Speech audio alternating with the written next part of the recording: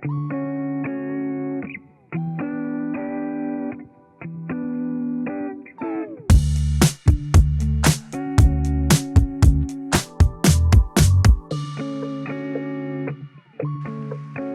nuevamente, hola. Qué lindo. Les voy a contar que lo que tenemos preparado ahorita es como un virtuosas, pero en vivo aquí junto con ustedes. Qué hermoso poder tenerlas en vivo en nuestro programa Virtuosas, que como ustedes saben, pues lo pasan miércoles y viernes por medio del canal Ebenecer HON en YouTube y también Spotify. Así que bueno, hoy tenemos el privilegio de poder tener la compañía de la pastora Sara Gutiérrez, como les contaba la hermana Tere, y vamos a hablar de un tema que yo hasta lo siento como un poquito difícil de tratar, pero muy, muy, muy importante. Vamos a hablar acerca del abuso, específicamente del abuso familiar. Es un tema que no siempre sabemos cómo identificar, hasta qué punto considerarlo un abuso. Muchas veces podemos confundir, también incluso pensamos, no, eso solo es una violación y no necesariamente. Entonces, la pastora Sara nos va a ayudar a poder identificarlo, saber cómo actuar como mujeres de Dios y bueno, que el Señor nos ayude. Así que esperamos que sea de bendición. Bienvenida. Ay, muchas gracias. No saben el privilegio tan grande que siento de estar aquí en familia, una familia muy grande, la que tenía muchas ganas de conocer. Y gracias a Dios que estamos aquí. Les mandan saludos su familia de allá de Ciudad Juárez y del Paso. Por acá andamos. Gracias a Dios.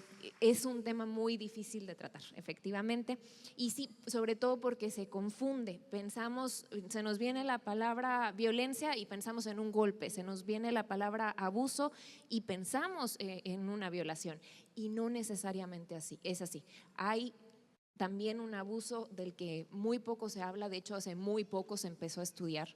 Les mentiría si les digo hace cuánto, pero no hace más de 40 años. Entonces es muy reciente los estudios porque casi no se tocaba el tema, porque nos quedábamos calladas, nos quedábamos callados, y ahorita el Señor nos está permitiendo abrir los ojos de nuestro entendimiento para que sepamos que, fíjense que hay un versículo que me impactó en la Biblia, no se me fue el avión, hay un versículo y me acordé por lo que estaba pensando.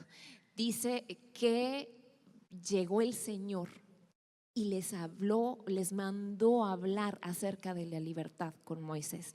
Y les dice, ve y dile a mi pueblo, es la instrucción que le da Moisés, ve y dile a mi pueblo que estoy a punto de sacarlos, ve y dile que va a haber una libertad gloriosa de la esclavitud por la que han pasado todos estos años. Sin embargo, aclara ese versículo que ellos no escucharon la voz de Dios. No escucharon la voz de Dios a causa de la angustia, que es justo lo que comentábamos la otra vez acerca de la ansiedad, y a causa del trato cruel, del trato violento. Entonces puede que estemos aquí anhelando y el Señor hablándonos y hablándonos a través de sus siervos y a través de profecía y a través de un montón de cosas, y por causa de lo que estamos pasando nos quedemos sin escuchar la voz de Dios, como le pasó al pueblo de Israel. Entonces puede que estemos pasando por eso, y por eso yo agradezco tanto que se abran estos tiempos, porque no tenemos otra referencia. Como hijas de Dios tenemos muy poca referencia acerca de estos temas.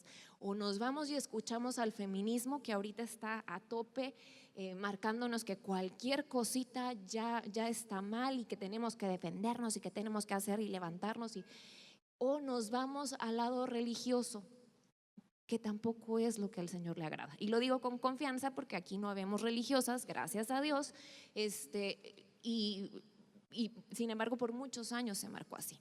Entonces ya las dejo hablar.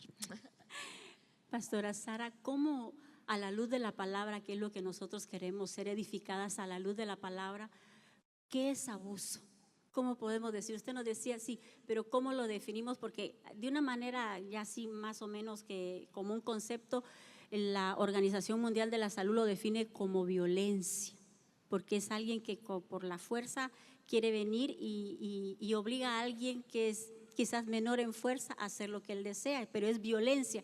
Cuando yo lo veo desde ese punto de violencia, quizás por eso es tan difícil hablar de estos temas y que quizás como mujeres los queramos platicar, porque nosotros vemos a esa persona amada, de pronto del que nos enamoramos, que tenemos esos lazos familiares y estamos viendo realmente a la persona, pero no estamos viendo el espíritu que está siendo enviado a través de esa persona, y que nosotros a la luz de la palabra pudiéramos abrir nuestros ojos de la fe y ver que realmente no es la lucha, ni es que le vamos a hacer daño, o es que vamos a descubrir, o es que vamos a desnudar a la persona que nosotros amamos, porque Dios nos manda que amemos, ¿no?, al pecador, pero que aborrezcamos el pecado. Entonces creo que verlo desde ese punto de vista, no sé usted, que dice que es un espíritu, es violencia, y Dios no quiere que en nuestros hogares y en nuestras familias haya espíritu de violencia. No ver en sí a la persona,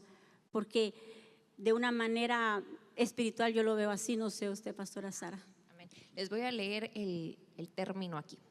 Trato que busca someter a la otra persona bloqueando su personalidad, minando su autoestima bajo una posición de dominio que ejerce.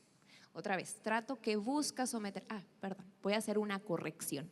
Vamos a regresarnos ahí a donde están. Subraye la palabra busca ahí en su cabecita y ahora táchela.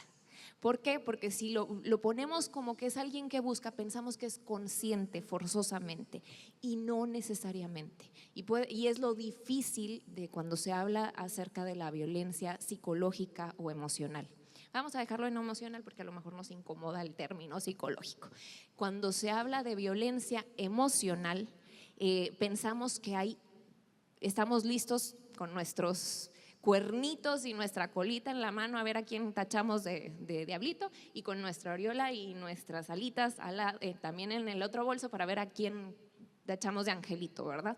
Y entonces lastimosamente eso ocurre, y sin embargo este tipo de violencia es tan común que pasa completamente desapercibida, pasa como una dinámica familiar, y empezamos a hacer funcional lo disfuncional, porque Dios no dejó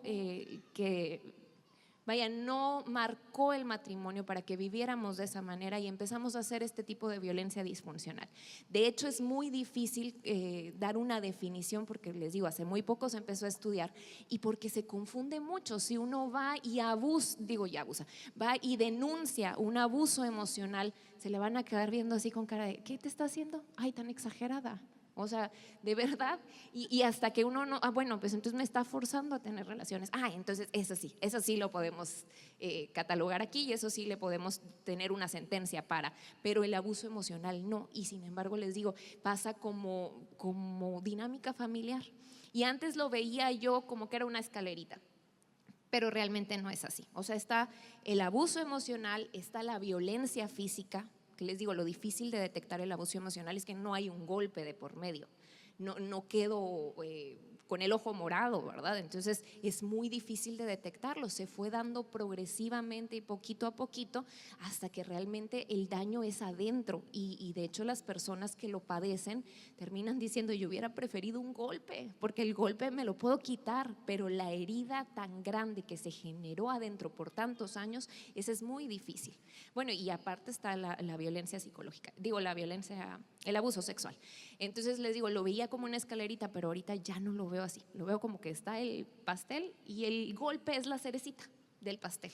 El golpe es el extra, pero para que se dé el golpe es porque ya hubo un trasfondo de abuso emocional. Y entonces eso es lo que queríamos tocar. Yo quería preguntar, ¿cómo podemos identificarlo? Porque a mí también, pues no quisiera que nos confundiéramos con pensar que ahora todo entonces es violencia doméstica, sino que ¿cómo podemos identificar si realmente estamos siendo víctimas de violencia o pues a entender que también nuestros esposos pueden tener un mal día? Ese es un muy buen punto. Les voy a compartir algunos comportamientos que se pueden dar para que se pueda diagnosticar o catalogar como abuso emocional. Realmente tiene que ser algo sistémico, algo que es continuo y permanente, ¿verdad? Repetitivo y constante. Entonces, por ejemplo, tenemos las burlas ofensivas. Ese es uno de ellos. El típico bullying dentro de casa. yo tengo este plan y mira, amor, ¿qué te parece? Bueno, voy a hacer otro paréntesis. Ay, perdón, tanto paréntesis. Esto lo vemos desde el lado, les digo, las feministas nos quieren hacer creer que solo las mujeres lo padecen, pero según las estadísticas, el 75% de los casos denunciados, o de los casos que les digo que hay muy poca denuncia, pero el 75% de esos casos es hacia mujeres. El 2% es hacia los hombres, porque los hombres no lo van a hablar. Los hombres la mayoría de las veces se van a quedar calladitos porque hay un trasfondo social que los tacha de cobardes, los tacha de poco hombres, si hablan de que nosotras los estamos abusando a ellos. Entonces, por eso se los comento. Y el otro por ciento sobrante, que se me fue, 23%, 22, 23, no sé. El otro por ciento sobrante es mixto. O sea, ya llegó un punto la relación que es tan tóxica, la palabrita de moda, que empieza él o ella y el otro le contesta. Entonces, por eso les digo que es tan delicado y podemos estar cayendo en este tipo de comportamientos, inclusive los podemos estar teniendo con nuestros hijos.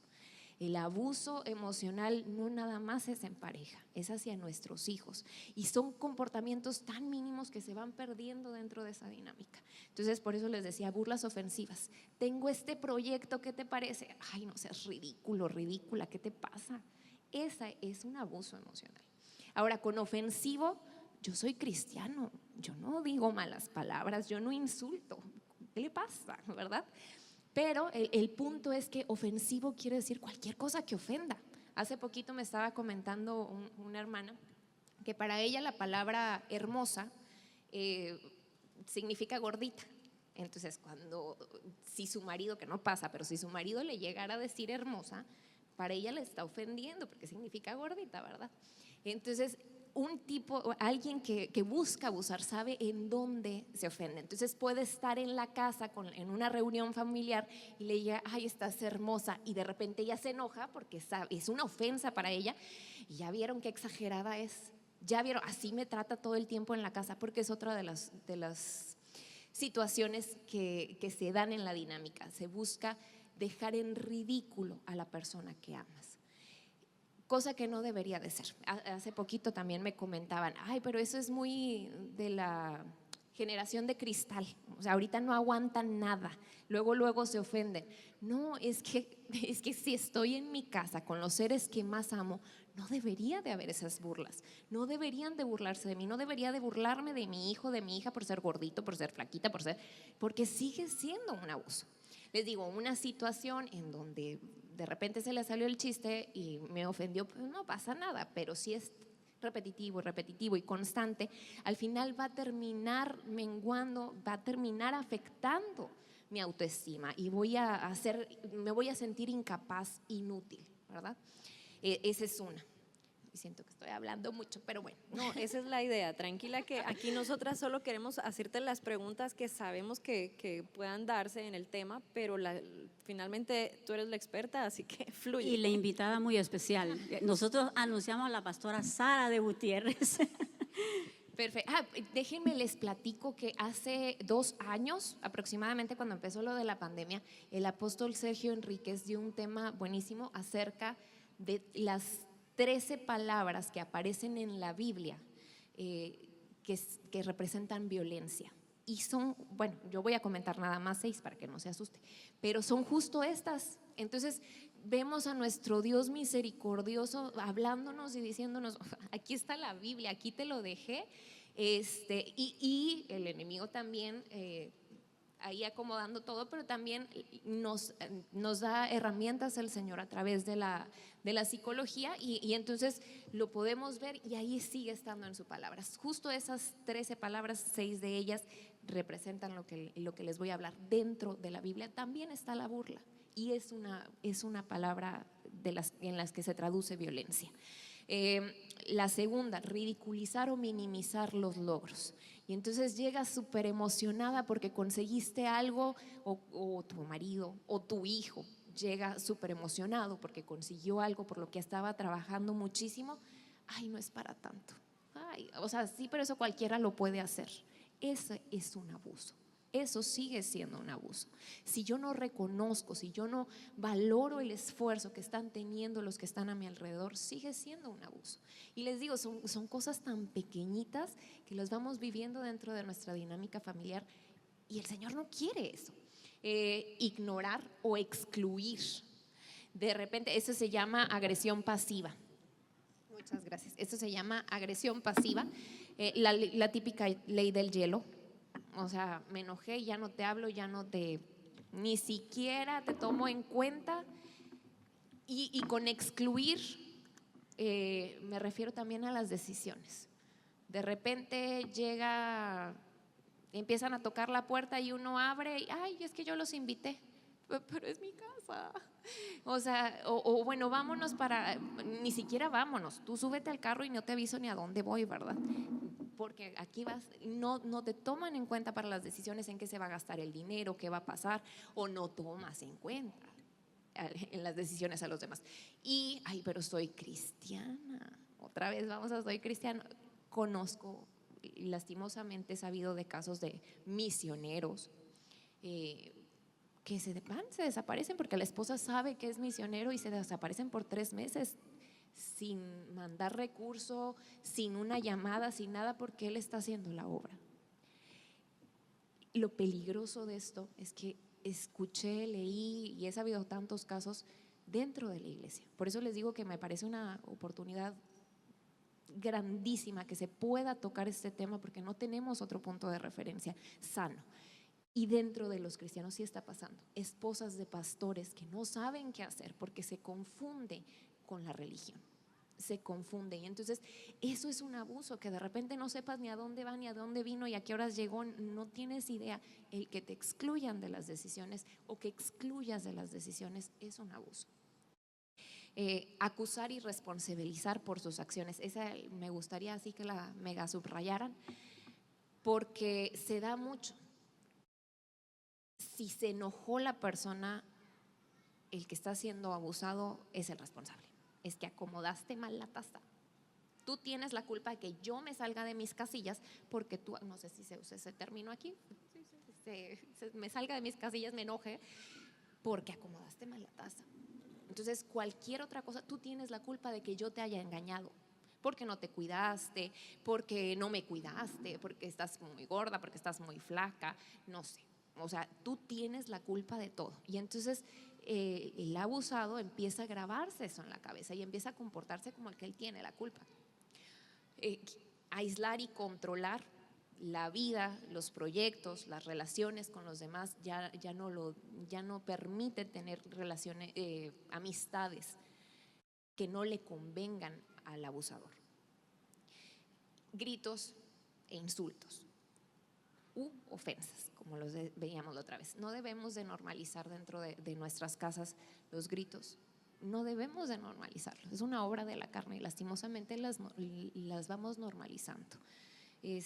Ahora, como les decía, un incidente no representa un abuso. Una vez que se burló de mí, una vez que me aisló de la toma de decisiones, una vez que no me dejó trabajar, que ese es otro término que me gustaría quitar, no es que, bueno, no debería de ser que no me deje trabajar, es que nos pusimos de acuerdo y entre los dos decidimos qué es lo mejor para nuestro matrimonio. Esos factores no me puedo poner de acuerdo y llega a representar un ataque hacia mi autoestima, entonces sí ya representa abuso, algo que es constante y repetitivo. La verdad que no son temas de los que hablamos generalmente en la iglesia, y yo creo firmemente que como nuestro amado conoce la necesidad de cada uno de nuestros corazones, nos permite estar aquí en esta tarde, porque hay una carga emocional. Uno ve a la persona que ama, uno ve a la persona que se enamoró y uno ve solamente a esa persona o esos lazos familiares con la actitud tal vez abusiva o de menosprecio o de burla, y lo va normalizando, como dice la pastora. Entonces, por eso es tan difícil para nosotros aún hablarlo, platicarlo. No es normal y nos vamos acostumbrando. Pero a mí me gustaba mucho cuando la profeta decía: hay un tiempo de transformación de libertad, de cambio para nosotros como iglesia, en este tiempo como amadas, porque ¿qué pasa? Bueno, sabemos los que en algún momento están viviendo o han vivido una situación de abuso, como le decía la pastora, o qué pasa, cómo me siento yo, tal vez dolida, herida, menospreciada, cuántas cosas que callamos a veces, que no las decimos, pero que nuestro Padre sí sabe. Entonces, ¿qué pasa también con el abusador? ¿Qué está pasando? Hay un verso, aquí lo tenía en Ezequiel 18:23, él dice: ¿acaso me complazco yo en la muerte del impío? Yo quiero que él viva y no muera. Entonces a mí me detonaba ese verso porque hay muerte, y tal vez no solo una muerte física, pero puede haber una muerte espiritual. Si en este caso es un siervo, tiene un liderazgo, dice la persona: no, pero ¿y cómo viene un siervo de Dios y me trata de esa manera? ¿Por qué tiene esas actitudes? O tal vez no solo, como le decía, una muerte natural, sino tal vez una muerte emocional. Tal vez estoy, pero ya no siento porque estoy tan herida. Pero Dios no quiere que haya muerte en nuestros hogares, que haya muerte en nuestras familias, pero no lo estamos viendo desde este punto de vista. Entonces tenemos, como yo lo veo, un poquito como quitarnos la venda y verlo de una manera espiritual. Dios quiere que haya libertad en nuestros hogares, que haya libertad tal vez en ese esposo, en ese hijo, en esa esposa, porque también se dan al revés los casos de abuso. Dios trae una libertad, Él quiere que haya libertad para el cautivo, y por eso es necesario hablarlo a la luz de la palabra. Pastora, ¿qué pasa también con esa persona que está teniendo este tipo de actitudes, ¿no? Fíjense que, ¿qué pasa con él o con ella, con el agresor? Sucede que no se da cuenta, no es algo que tenga planeado, no es algo, como les decía, y luego buscamos a quién. Y lo peligroso de esto es que empezamos a entenderlo y ahora lo que queremos es ponerle la aureolita y las alitas a él, ¿verdad? O al agresor. Y tampoco es así, no es que lo tenga planeado. Pasa que en nuestra niñez no nos enseñaron, bueno, perdón, otra vez, subraya esa palabrita y táchala y bórrala. No hemos aprendido, porque no nos enseñaron implica un victimismo. Ay, es que no me enseñaron, pobrecito de mí, ya no sé. No he aprendido, me da un sentido de responsabilidad. Tengo que aprender, lo hablaba la vez pasada acerca de la inteligencia emocional. ¿Qué está pasando dentro de mí? ¿Cómo reacciono? ¿Qué tipo de reacciones tengo para poder controlar lo que está pasando? Para poder desarrollar el fruto del dominio propio. Y entonces la mayoría de los agresores lo que no tienen es eso, el dominio propio, la capacidad de reaccionar ante algo interno. Tienen un daño grande en su alma, sí. La mayoría son muy inseguros y necesitan una pantalla de seguridad para que las demás gente lo acepten, porque dependen de la aceptación y de los aplausos de los demás, lo cual hace más difícil que la víctima, bueno, no víctima, no, que la que está siendo abusada o el que está siendo abusado hable, porque todo mundo respalda al agradable del agresor, ¿verdad? Porque les digo, presentó esa pantalla. Ahora, yo lo amo, me casé con él, o yo soy esa mujer y de verdad lo amo. No quiero hacerle este daño a mis hijos, yo no quiero estar abusando de mis hijos, yo no quiero estar abusando de mi esposo. ¿Qué hago? Bueno, la situación aquí es que se necesita ayuda.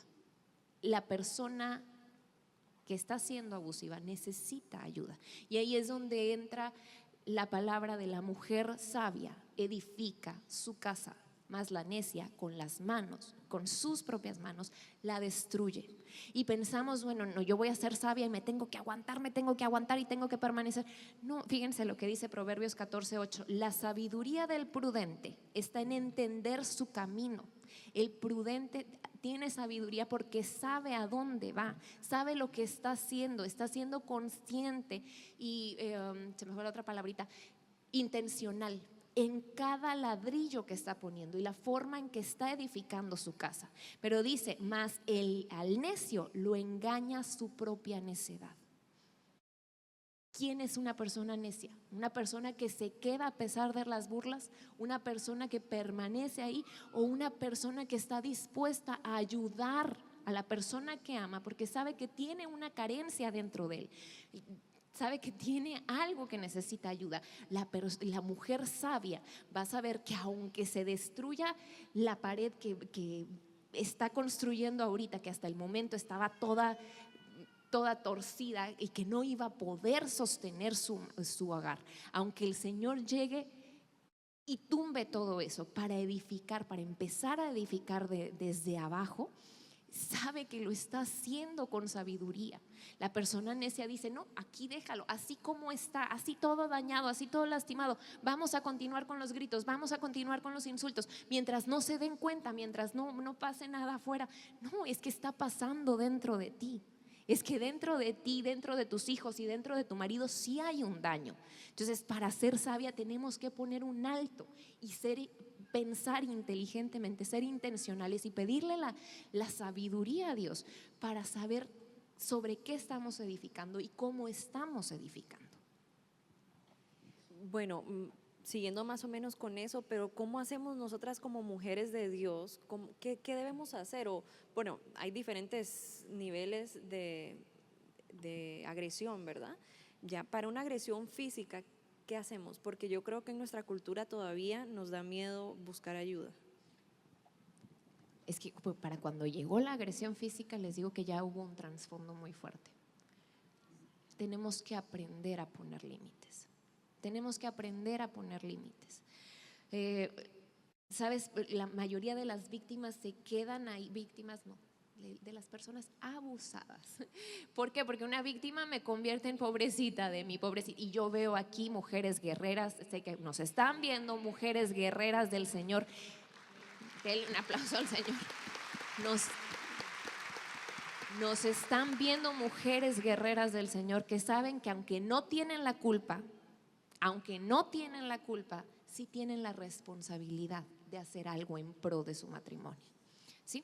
Entonces, pero la mayoría ya sufrió un daño tan fuerte porque tarda muchos años sin el Señor, tarda muchísimos años reparar un daño psicológico. Entonces, los efectos que se quedaron grabados en la persona abusada dañó su autoestima y entonces ya no sabe qué hacer. Se quedó grabado el hecho de: sin mí no puedes hacer nada.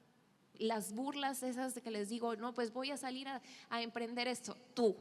Tampoco tú no lo logras, tú no puedes, o sea, sin mí no puedes. Y a lo mejor no lo dicen tal cual, pero son mensajes que se van quedando grabados. Y entonces a la hora de, ok, ¿qué hago, verdad? Entonces hay muchas situaciones ahí al lado, muchas heridas que necesitan ser trabajadas. Sí necesitamos ayuda. Entonces, ¿qué hago yo? Primero, no normalizar. No normalicemos, como les digo, no hagamos funcional lo disfuncional. El Señor no nos diseñó así. El Señor no quiere casas en ruinas mientras estemos aquí en la iglesia levantando las manos. El Señor quiere casas restauradas, matrimonios sanos, que brillen realmente en las tinieblas, que realmente demuestren su luz, que brille su luz a través de ellas. ¿Y cómo vamos a brillar si estamos siendo torturados de esa manera? No se puede, no podemos ser afuera unas cosas y aquí adentro otras, ¿verdad? Entonces necesitamos aprender a no normalizar. Esto no es normal y eso no es lo que el Señor quiere para mí. Segundo, no mistificar. ¿A qué me refiero con no mistificar? ¿Se imaginan que Nehemías y Esdras llegaran y: ay, Señor, restaura, yo voy a orar para que los muros se levanten? Ay, Señor, no se han levantado, pero ya estoy orando. No, es que tengo un trabajo que hacer. Sí, necesito el poder de Dios de mi lado. Definitivamente, sin su poder y sin su gloria, yo no voy a poder hacer absolutamente nada. Sin su sabiduría, sin su consejo, sin su fortaleza, yo no voy a poder hacer absolutamente nada en mi casa. Pero no se lo puedo dejar todo a Él. Él me va a dar instrucciones para que yo las siga. ¿A qué me refiero con mistificar? Es que yo ya estoy orando. No, es que el enemigo lo tiene así. Ok, el enemigo, pero ¿y tú qué tienes que hacer? como guerrera, cómo tienes que aprender a pelear la batalla. Fíjense que me llama la atención, excepto Jeremías 30, que me encanta este versículo. En Jeremías 30 sí habla el Señor de yo voy a restaurar. Pero en todos los demás versículos les da instrucciones. Jeremías 15, por ejemplo, yo restauraré si tú separas lo vil de lo precioso. Yo tengo un trabajo que hacer. Él va a hacer su trabajo si yo hago mi trabajo. Isaías 58:9 me encanta. Quita de en medio de ti el yugo, el dedo amenazador y la lengua maliciosa. Y entonces, parafraseando, ¿verdad? Los tuyos edificarán las ruinas antiguas y serás llamado reparador de viviendas en ruinas. Yo quiero ese título. Yo quiero aprender a ser reparadora de viviendas en ruinas, pero para eso hay algo que tengo que hacer antes. Entonces, otra vez dele un aplauso al Señor.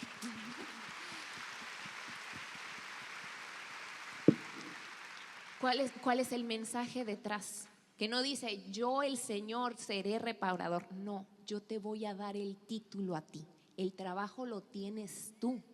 Tú eres la que va a reparar esa vivienda en ruinas. Entonces, si lo dejamos nada más, pero es que estoy orando y no pasa nada, es que tenías que aprender a poner límites, tenías que aprender a saber cómo llevar esas situaciones, enseñarle a tu marido o tú aprender a ser la mujer que él quiere y enseñarle cómo, porque la verdad es que nadie nacemos sabiendo, ¿verdad?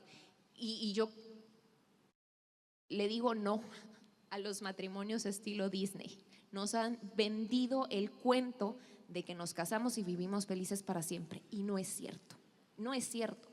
La verdad es que las parejas felices realmente han sabido trabajar por su matrimonio. No es imposible que lleguemos a una casa y ay, aquí estamos. Ese es un cuento, es una ilusión. Cualquier pareja, cualquier matrimonio feliz ha aprendido a discutir, porque las discusiones son normales, pero ha aprendido a discutir y ha aprendido a comunicarse.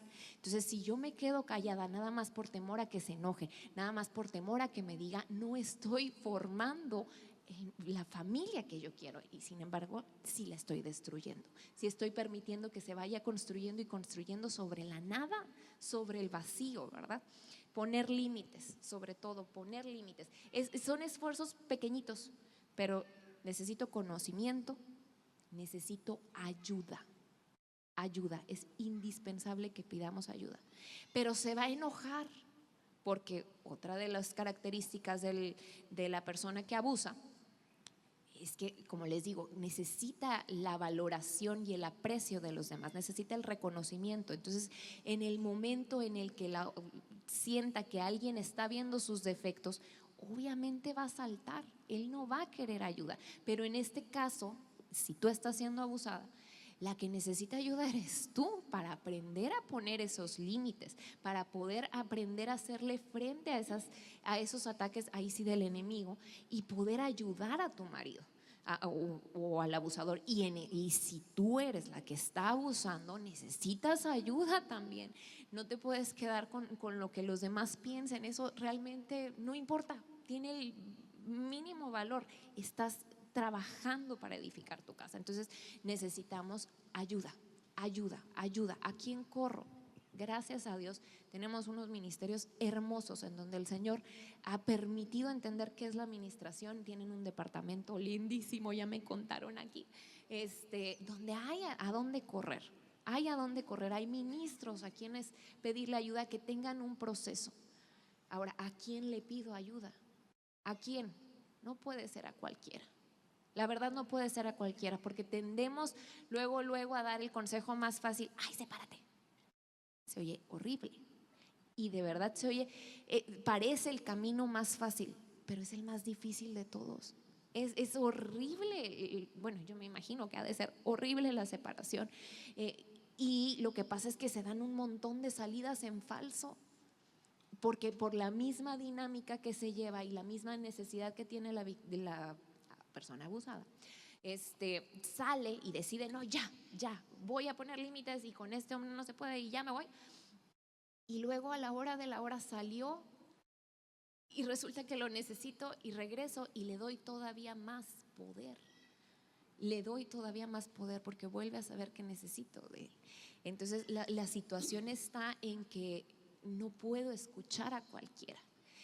Tiene que ser alguien que me ayude en procesos, porque yo les repito, la otra vez lo comentaba, yo veo en la Biblia un Señor que nos anuncia apertura de cárceles, viene y nos anuncia la apertura de cárceles, pero ¿qué es lo que no entendemos muchas veces? Que el Señor dice, la puerta ya está abierta, pero ¿quién tiene que salir de ahí? Uno es el que tiene que dar el paso hacia afuera de la cárcel. Si no, la puerta de la cárcel puede estar abierta y yo seguir en cadenas y yo seguir atorada ahí adentro con las mismas situaciones y con el mismo estilo de vida, a pesar de que el Señor hermoso ya me dio la libertad.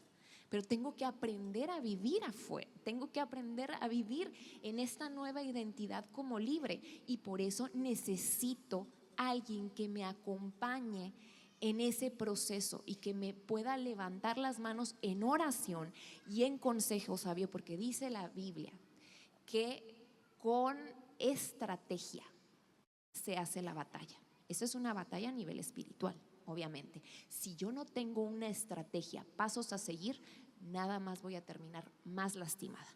Si yo decido quedarme en mi casa y quedarme calladita, no tengo una estrategia y voy a terminar más lastimada.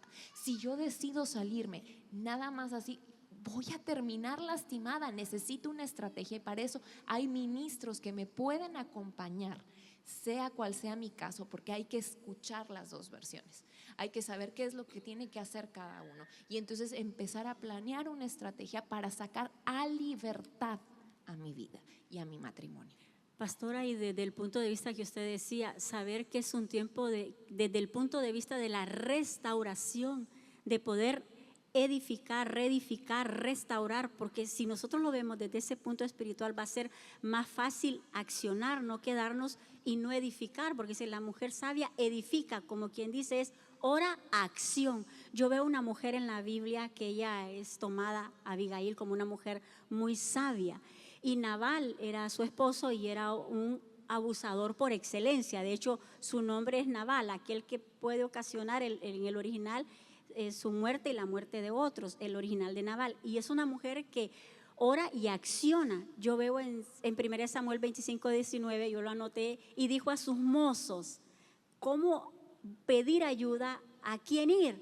Dice, y dijo a sus mozos, id delante de mí, he aquí yo seguiré, pero nada dijo a Nabal. Entonces ella es una mujer sabia. La Biblia no dice que no es sabia solo porque no le dijo a su esposo. Está siendo una mujer que está accionando, que está orando y que está actuando y que no se está dejando destruir su hogar, ni destruir su vida, ni la vida de su esposo. Entonces yo creo que desde ese punto de vista que nosotros vamos y buscamos ayuda, las personas que están más cerca, porque dice que el original le dijo a sus mozos, de mozo es Naar, tiene que ver con adolescente, tiene que ver con niño y con pastor. Eso significa el original de Naar. Entonces, ir de pronto con la familia, los más cercanos, con nuestro líder espiritual, nuestro pastor, pero accionar desde el punto de vista de la restauración, de que sabemos, como nos dice el Señor, yo no me deleito en que el impío muera, yo quiero que proceda al arrepentimiento y que tenga vida y que sus hogares y sus matrimonios tengan vida y vida en abundancia.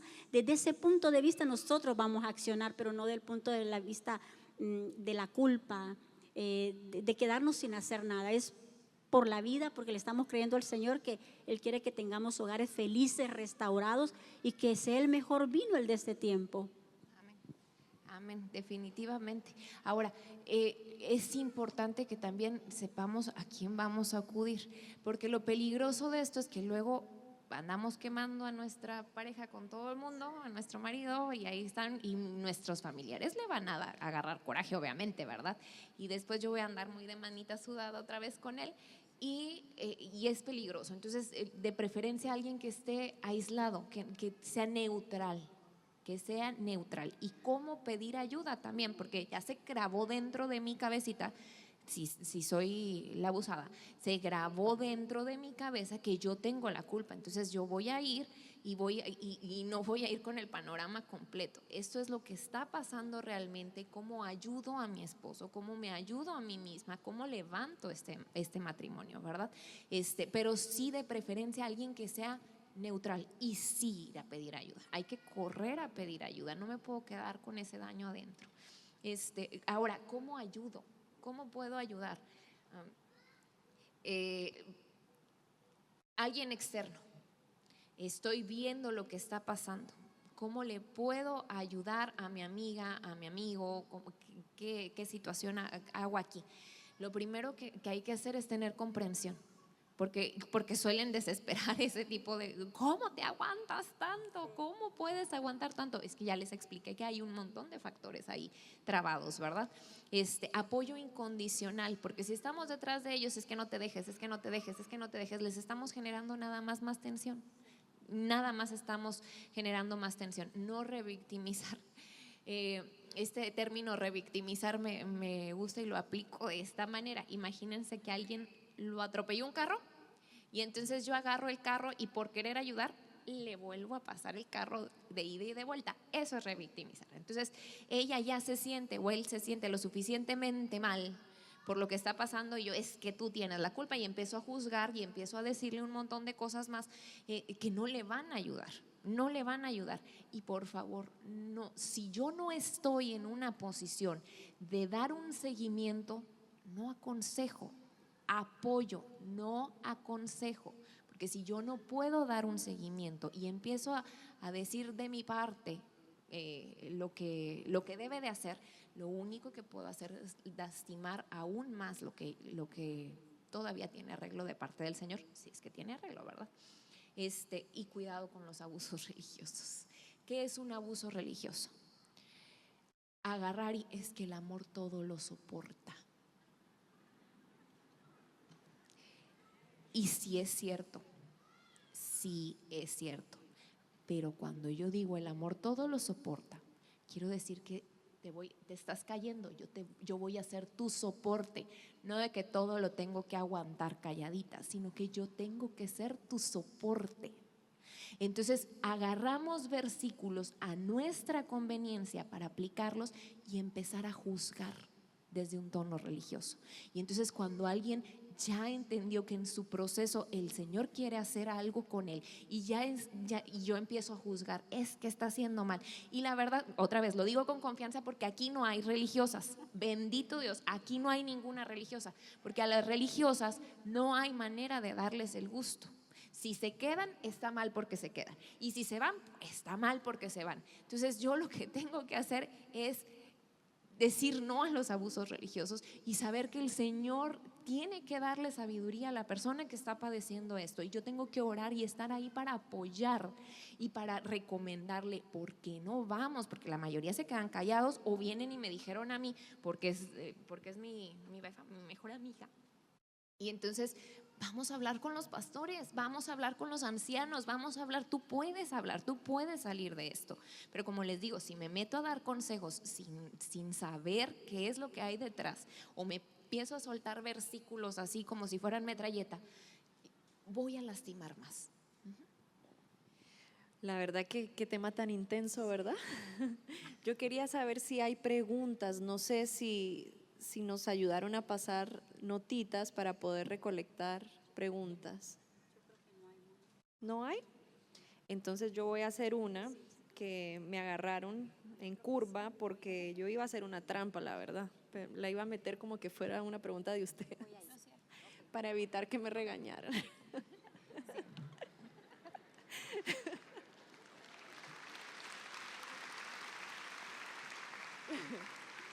Yo quisiera saber, a mí me ha pasado que me han escrito a decirme, Mónica, a mí me pegan, mi esposo toma, llega borracho a la casa, me pega una y otra vez a mis hijos, a mí, corremos peligro, pero el amor todo lo soporta.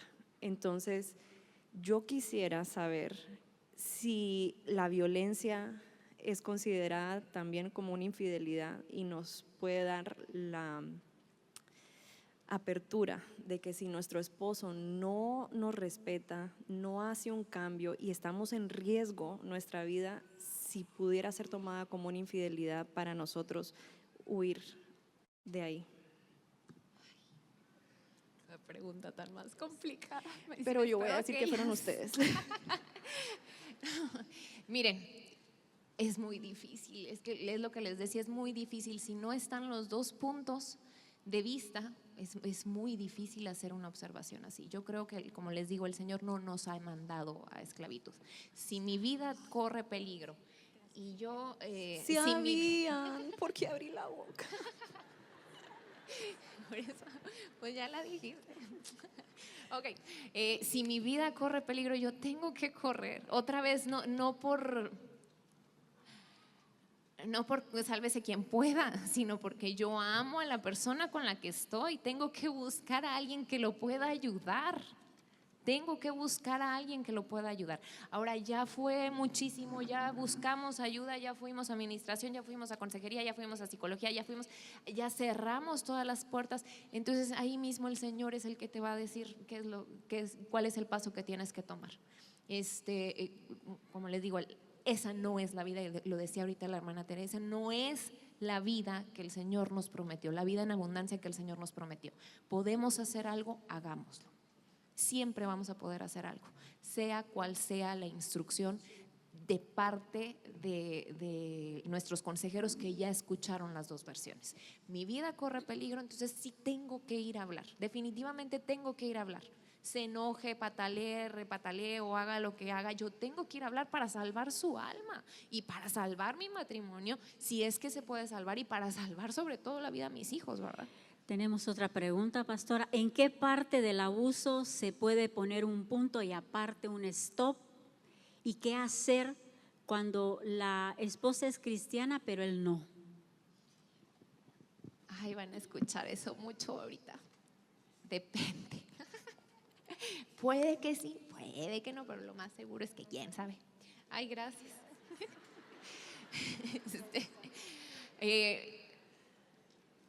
Necesitan consejería, necesitan hablar su caso en particular. ¿Qué hacer cuando una mujer es cristiana y él no? Yo creo que esa es la más fácil de todas, la verdad. Sin embargo, los casos más complicados, o sea, vaya a consejería y exponga su caso, y ya viendo su caso en específico le van a saber aconsejar. La situación aquí, la realmente peligrosa, es que hay matrimonios donde son servidores los dos, donde son siervos los dos, y están pasando por eso. Aún así tienen que ir a hablar, tienen que ir a hablar. Cuando en un hogar ambos trabajan y solo la mujer se hace cargo de los quehaceres de la casa, ¿se considera un abuso? Miren, la situación está en que yo decido con mi marido. Por ejemplo, yo no trabajo en lo secular. Realmente decidimos que mis hijos estudiaran en casa, entonces yo me quedo en mi casa con mis hijos, y aparte pues con las dos iglesias, estamos al frente de las dos iglesias, como si fuera poquito trabajo nada más. Pero la situación está en los mensajes que nos decimos a nosotras mismas, porque yo bien podría decir, mi marido no me deja trabajar. No es cierto. Llegamos a una conclusión en donde decidimos que era lo mejor para los dos. Entonces me imagino yo que hablándolo, llegando a un acuerdo mutuo. Ahora, si de plano no me dejó, pues entonces ya es otra situación, ¿verdad? Me distraje, pero la situación está en que no necesariamente, pero sí, si yo me estoy atormentando no me dejan hacer otra cosa, me utilizan de esclava doméstica, realmente tengo que aprender a cambiar mi diálogo interno, la manera en que yo me hablo y la manera en cómo tomo las cosas. Por eso les decía ahorita, a ver, vamos a checar este pedacito, remarquémoslo, tachémoslo completo, porque mi diálogo interno me puede decir, soy víctima. Mi diálogo interno me puede decir, nunca aprendí, pero no es cierto. Tenemos otra consulta, pastora, buenas tardes. Yo quisiera saber si puedo restaurar mi matrimonio donde han habido abusos durante más de 10 años, abusos físicos, emocionales, de todo tipo de abuso. Soy una mujer de Dios, oro, ayuno, pero no veo el cambio. ¿Qué hago? ¿Me voy de mi casa? ¿Qué es lo que puedo hacer? Sí hay manera de restaurar. No sé si…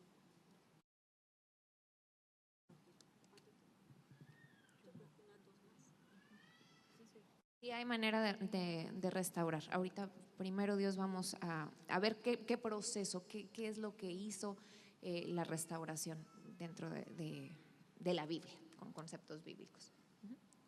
Vamos a leer solo 2 preguntas más. Me da mucho pesar porque hay muchísimas consultas, pero vamos a ver la forma de que tal vez en un en vivo o de alguna manera podamos contestar las preguntas, porque sabemos que hay personas necesitando escuchar esta palabra. Así que si quiere, hermana Tere, ¿tiene alguna lista o no? Okay, yo tengo una por aquí. Dios le bendiga, pastora. He tenido 2 hogares. En el primero pasé abuso físico, tomé la decisión de dejarlo. Hace 15 años estoy con el segundo y sigo teniendo abuso, pero más psicológico. ¿Qué puedo hacer debido a todo esto? Siento que ya no hay amor, solo costumbre. Otra vez, pedir ayuda. Corre a pedir ayuda. Ya es la segunda ocasión, ya hay un patrón dentro de ti y dentro de las cosas, como les digo, la violencia física no llegó así por arte de magia. Tuvo que haber habido un trasfondo de abuso emocional y la situación está en que dentro de la persona abusada se graba el yo merezco esto. Es que me está haciendo un favor quedándose conmigo, es que yo tuve la culpa de que él se pusiera así, porque si yo no hubiera hecho esto, si yo me hubiera comportado de otra manera, él no hubiera reaccionado de esa manera, él no me hubiera pegado, él no me hubiera gritado, él no me hubiera insultado. Entonces la situación está en que ya es la segunda vez, necesitas ayuda para restaurarte dentro primero y luego empezar un proceso para restaurar. Ok, esta es la última pregunta. Dice, si soy madre soltera con mis hijos en casa y mi padre vive ahí y hay de parte de él insinuación de abuso sexual, no ha llegado a suceder nada, pero sí toca sus partes sobre la ropa, estoy confundida, ¿me voy de ahí o que se vaya él? Te lo voy a volver a leer porque sí. Dice, si soy madre soltera con mis hijos en casa y mi padre vive ahí y hay de parte de él insinuación de abuso sexual, entonces no sabe si se va ella o se va él o qué hacer. Sí, yo creo que hay que poner un límite y un espacio muy grande entre la persona que está siendo abusada. Definitivamente hay que poner un espacio ahí. Por favor, sal corriendo. Ay, perdón que el tiempo es tan corto. Sí hay que poner un espacio. Tu vida corre peligro, tienes que poner un espacio. Te digo, no te avientes nada más así y ya me voy. En este caso pues es un poquito complicado, porque otra vez volvemos a que vas a tener que enfrentar la vida de una nueva manera. Entonces necesitas una estrategia, sí necesitas una estrategia. Entonces busca ayuda para salir. Ahora, me imagino yo, imagínense si fuera la situación es mi esposo el que está haciendo eso, también corre a pedir ayuda y a denunciar, por favor. Los niños no se tocan, no se tocan, no se tocan.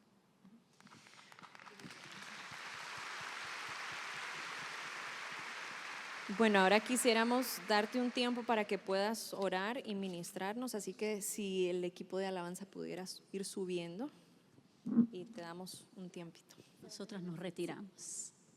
¿Dónde puedo poner esto?